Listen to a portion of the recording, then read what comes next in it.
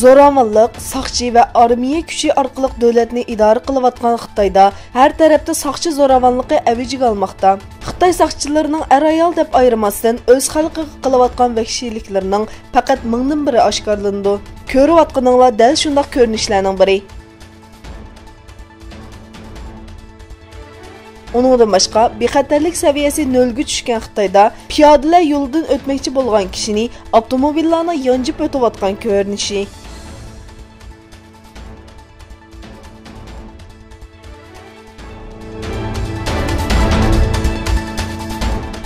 İstanbulda 2. navbatlik Ipak yo'li va Uyg'urlar temasidagi strategiya yig'ini ochildi.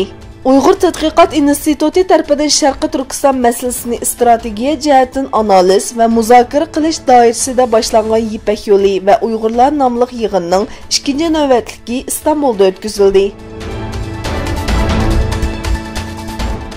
Kanada Baş Ministri Justin Trudeau, Kanadaning Xitoyda turishliq bosh elchisi John McCallumning vazifasidan ayrilganligini e'lon qildi.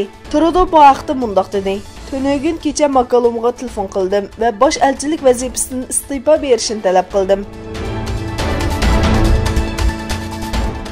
Amerika Hava Armiyasi va Kanada Hava Armiyasiga tava harbiy aeroplanlar Shimoliy Amerika dengiz sohillariga qadar yaqinlashgan Tu-160 tiplik 2 Rossiya bombardimonchi aeroplanini bayqadi va iziga tushdi. Shimoliy Amerika aviatsiya va havo mudofaa qo'mondonlik shtabi juma kuni aytganda Kanada Havo Armiyasining Charlash rayonida 2 dona Tu-160 tiplik Rossiya bombardimonchi aeroplanini bayqaganligini bildirdi.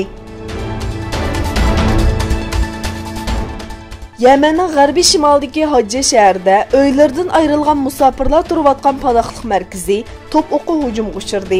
Vaqada 8 fuqaro hayotidan ayrildi, 30 kishi yaralandi. Birlashgan Davlatlar Tashkiloti insonparvarlik yordami moslashtiruvchisi Lisa Grant e'lon qilgan yiziqcha bayonotida Hajja shahrining Hirat noyasida sargardon kishilar yashayotgan bir markazga top o'qi etilganligi, vaqada 8 kishi o'lib, 30 kishi yaralanganligi bildirildi.